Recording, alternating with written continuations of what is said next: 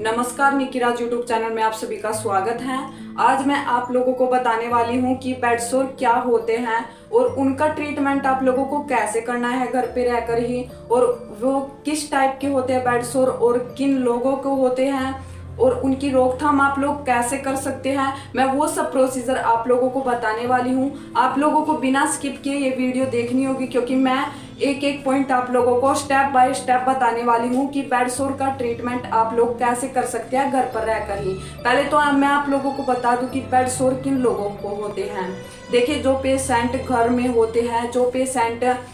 Doctor के पास नहीं जाते, जो पेशेंट हॉस्पिटल में नहीं जा पाते, उनको घर पर ही बेड सोर हो जाते हैं और वो अपना ट्रीटमेंट हॉस्पिटल किसी अच्छे हॉस्पिटल में नहीं कर पाते। किसी भी प्रकार लगा लो, कोई भी रीजन हो सकता है कि वो हॉस्पिटल में नहीं जा पाते, तो वो सब प्रोसीजर मैं आप लोगों को बताने वाली हूँ कि घर पर ही रहकर आप अपने पेशेंट को कैसे संभालें, उसके बेड सोर की रोकथाम आप लोग कैसे करें। देखिए, ये एक ऐसी बीमारी होती है जिसे मतलब डॉक्टर भी बहुत मुश्किल से संभाल पाते हैं, और इनका इलाज प्रॉपरली 1 या 1.5 साल या 2 साल तक लंबा इलाज चलता है इनका। तो इसलिए मैं आप लोगों को बताने वाली हूँ कि आप लोग अगर हॉस्पिटल में नहीं जा पाते पेशेंट और घर पर ही ट्रीटमेंट करना पड़ता है, तो आप लोग किस प्रकार घर पर कर पाते हैं। और पहले तो मैं आप लोगों को ये बताने वाली हूँ कि बेड सोर होते क्या है और किन पेशेंटों को बेड सोर होते हैं। पहले मैं आप लोगों को ये सब प्रोसीजर बताऊंगी और फिर मेरी नेक्स्ट वीडियो जरूर देखना, मैं उसमें प्रैक्टिकल ही करके बताऊंगी। क्योंकि मेरे पापा है जो, उनका 15 सालों से बेड रेस्ट है, उनको पहले तो कभी ऐसी प्रॉब्लम नहीं आई, लेकिन पिछले ही साल उनको एक एलर्जी आई थी जिस वजह से खाना पीना कम हो गया था और जिस कारण उनको बेड सोर हो गए थे। तभी से मैं उनका इलाज कर रही हूँ और नेक्स्ट वीडियो में प्रैक्टिकल ही आप लोगों को करके बताऊंगी कि किस प्रकार आप बेड सोर का ट्रीटमेंट कर सकते हैं, उसकी अच्छे से साफ सफाई कर सकते हैं, ड्रेसिंग वगैरह कर सकते हैं, और क्या क्या मैं यूज करूंगी वो सब प्रोसीजर मैं आप लोगों को बताऊंगी। मैं अलग अलग तरीकों से बेड सोर का ट्रीटमेंट करती हूँ, खुद घर पर ही रहकर करती हूँ, तो इसलिए मैं वो सब प्रैक्टिकली बताऊंगी। लेकिन आज मैं आप लोगों को बताने वाली हूँ, इस वीडियो में बताने वाली हूँ कि आप लोग घर पर ही रहकर कैसे कर सकते हैं, या फिर ये बताने वाली हूँ कि बेड सोर क्या चीज होती है और इनकी रोकथाम कैसे कर सकते हैं और इनके सिम्टम्स क्या होते हैं, कैसे पता चलेगा कि बेड सोर हो रहा है पेशेंट को। पहले मैं आप लोगों को बता दूं कि बेड सोर होते क्या हैं और इनके सिम्टम्स क्या होते हैं और ये किन पेशेंटों को होते हैं। पहले मैं आप लोगों को ये टॉपिक बता दूं कि ये बेड सोर जो होते हैं ये किन पेशेंट को होते हैं। देखिए, बेड सोर एक ऐसी बीमारी है जो पेशेंट को अंदर ही अंदर खोखला करती चली जाती है, उसके मसल्स को सड़ा के रख देती है और खून को भी बिल्कुल ही सड़ा देती है। बाहर से ऐसा लगता है कि मामूली चोट है, लेकिन अंदर ही अंदर इंसान को खोखला करती जाती है। वो होते हैं बेड सोर। वो ऐसी बीमारी होती है, बहुत खतरनाक बीमारी होती है, और मैं आप लोगों को बताने वाली हूँ कि उनके सिम्टम्स क्या होते हैं और किन पेशेंटों को बेड सोर होते हैं। सबसे पहले आप लोगों को ये जानना जरूरी है कि बेड सोर जो होते हैं वो किन पेशेंट को होते हैं। तो मैं बता रही हूँ कि बेड सोर होते हैं जो पेशेंट काफ़ी समय से या काफ़ी सालों से, काफ़ी टाइम से बेड रेस्ट पर होते हैं और उनका खाना पीना बंद हो जाता है, उनका ब्लड सर्कुलेशन प्रॉपरली शरीर में, बॉडी में नहीं पहुंच पाता। कई भाग होते हैं जैसे कोहनी हो गई, घुटने हो गए, या फिर पीठ हो गई, कूल्हे हो गए, वहाँ पर आप लोगों को ज़्यादा खतरा है बेड सोर का, पेशेंट को, कि उनको बेड सोर हो सकते हैं वहाँ पे, और इनकी सावधानी से इनकी रोकथाम की जा सकती है। आप लोगों को कुछ बातों का ध्यान रखना पड़ेगा। तो ये मैं बता चुकी हूँ कि बेड सोर जो है उनको होते हैं जो लंबे समय तक बेड रेस्ट पर होते हैं और किसी कारण से उनमें खून की कमी हो जाती है, आयरन की कमी हो जाती है, खाना पीना बंद हो जाता है, तो उन लोगों को बेड सोर होते हैं। या फिर पड़े पड़े करवट ना ले पाते हो, उनको दाब भी पड़ जाती है बॉडी पे किसी भाग पे, तो वहाँ पे बेड सोर होने स्टार्ट हो जाती है, क्योंकि वहाँ का ब्लड सर्कुलेशन रुक जाता है। तो इसलिए आप लोगों को पहली बात घबराना नहीं है, आप लोगों को सावधानी रखनी है, पेशेंट को करवट देते रहना है आप लोगों को, ताकि ब्लड सर्कुलेशन प्रॉपरली चलता रहे, और आप लोगों को मालिश भी प्रॉपर करनी है पेशेंट की, ताकि ब्लड सर्कुलेशन हर भाग में चलता रहे। पहली बात तो आप लोगों को ध्यान देना होगा, पेशेंट को खाने पीने की कमी नहीं रहनी चाहिए। पहली बात तो आप लोगों को इस बात का ध्यान देना होगा। तो चलिए अब मैं बताने वाली हूँ बेड सोर के सिम्टम्स क्या होते हैं। आप लोगों को बिना स्किप किए देखनी है, क्योंकि मैं एक एक पॉइंट आप लोगों को समझाऊंगी, इनके सिम्टम्स भी सब प्रोसेस आप लोगों को बारी बारी से समझाऊंगी। अगर आप स्किप कर दोगे तो एक आधा पॉइंट आप लोगों का रह जाएगा। तो मैं बताने वाली हूँ कि बेड सोर के सिम्टम्स क्या होते हैं।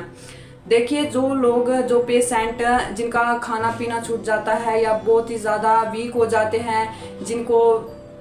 या कुछ भी लगा लो, कुछ भी बीमारी आ चुकी होती है, तो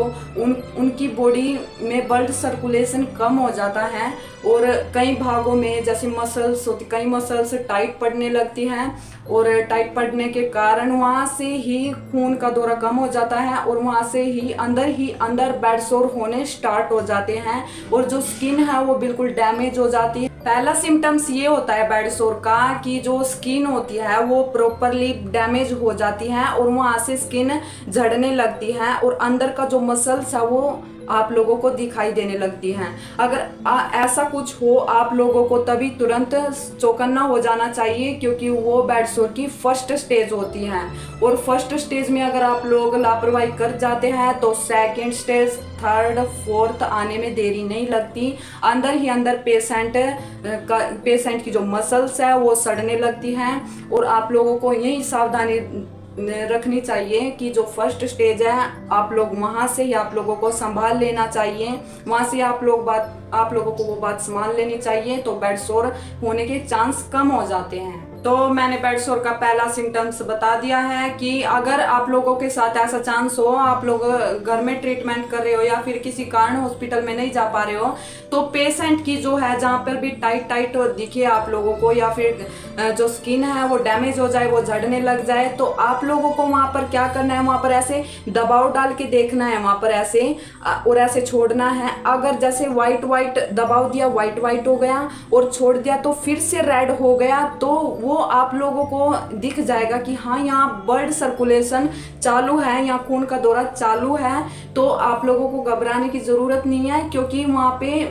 इससे पहले बेड सोर बने, टाइट बने, तो आप लोगों को तेल लगाते रहना है, वहाँ का ट्रीटमेंट करते रहना है आप लोगों को और पेशेंट को भूखा नहीं रखना है, कुछ ना कुछ उसको खिलाते रहना है, कुछ भी खाए लेकिन खाना बंद नहीं होना चाहिए पेशेंट का। तो मैंने आप लोगों को बताया कि दबाव डाल के देखना है, वहाँ पे अगर स्किन डैमेज हो गई है, स्किन झड़ने लगी है, तो आप लोगों को दबाव डाल के देखना है। दबाव डालने के बाद अगर व्हाइट ही रहता है, दबाव डालने के बाद भी व्हाइट और छोड़ने के बाद भी व्हाइट, तो समझ जाना वहाँ बेड सोर होना स्टार्ट हो गया है और आप लोगों को तभी से वहाँ की रोकथाम करनी होगी बेड सोर की फर्स्ट स्टेज से ही, वो है बेड सोर की फर्स्ट स्टेज। तो आप लोगों को वहाँ से ही रोकथाम चालू करनी होगी और सेकेंड स्टेज मैं बताऊंगी किस प्रकार आप लोग उसका ट्रीटमेंट कर सकते हैं। तो मैंने आप लोगों को बता दिया है कि बेड सोर क्या होते हैं और इनके सिम्टम्स क्या होते हैं और जो बेड सोर की बीमारी है ये किन पेशेंट को होती है, ये सब प्रोसीजर मैं आप लोगों को बता चुकी हूँ।